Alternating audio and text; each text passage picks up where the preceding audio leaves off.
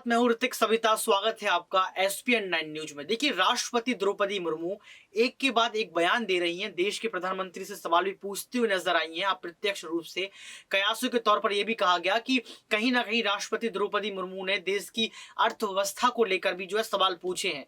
लेकिन यह भी देखा जाता है कि राष्ट्रपति द्रौपदी मुर्मू आईएएस से भी मिलती हैं, आईएएस अधिकारियों से बात भी करती हैं। साथ में ये भी कहा जाता है कि बच्चों से प्रेम उनको बहुत पसंद है करना, बच्चों से बात करती हैं। और यहाँ पर ये देखा जा रहा है कि राष्ट्रपति द्रौपदी मुर्मू कई सारे बच्चों को पुरस्कार भी देंगी। पूरी खबर आपको बताएंगे, लेकिन सबसे बड़ी बात मैं आपको ये बताना चाहता हूं कि राष्ट्रपति द्रौपदी मुर्मू इतनी सक्रिय क्यों है।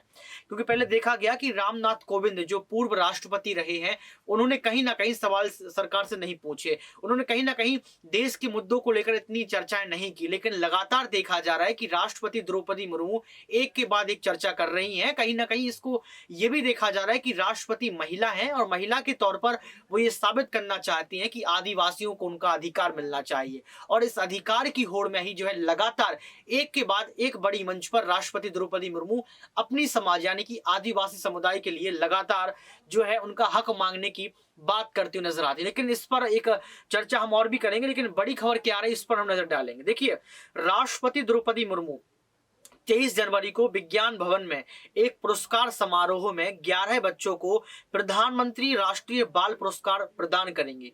पुरस्कार पाने वाले बच्चों से पीएम मोदी 24 जनवरी को बात करेंगे।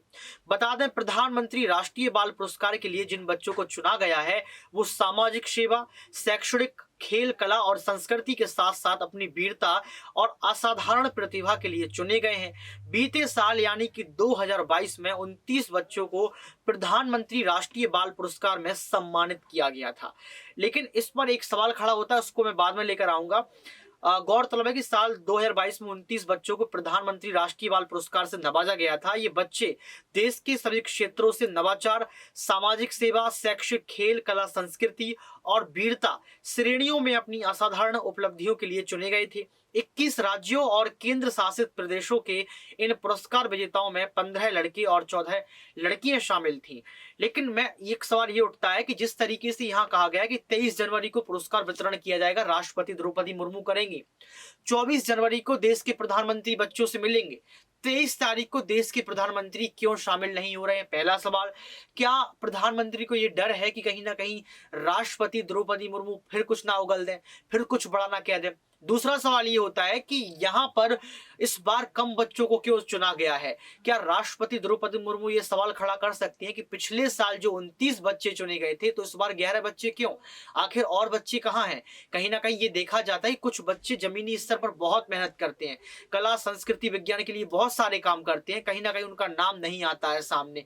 तो ऐसा क्यों सरकार एक नियम नहीं बनाती है कि अब गांव स्तर पर भी जो है बच्चों को चुना जाएगा जो अपने ग्रामीण लेवल पर अच्छा काम करते हैं? हो सकता है कि गांव में कोई नदी बह रही हो, वहां कोई डूब गया हो, किसी बच्चे ने उसको बचाया हो सकता है कोई किसी का एक्सीडेंट हो रहा हो, उस बच्चे को जो है किसी ने बचाया हो। तो तमाम सवाल खड़े होते हैं कि देश के प्रधानमंत्री आखिर 23 तारीख को क्यों शामिल नहीं हो रहे हैं?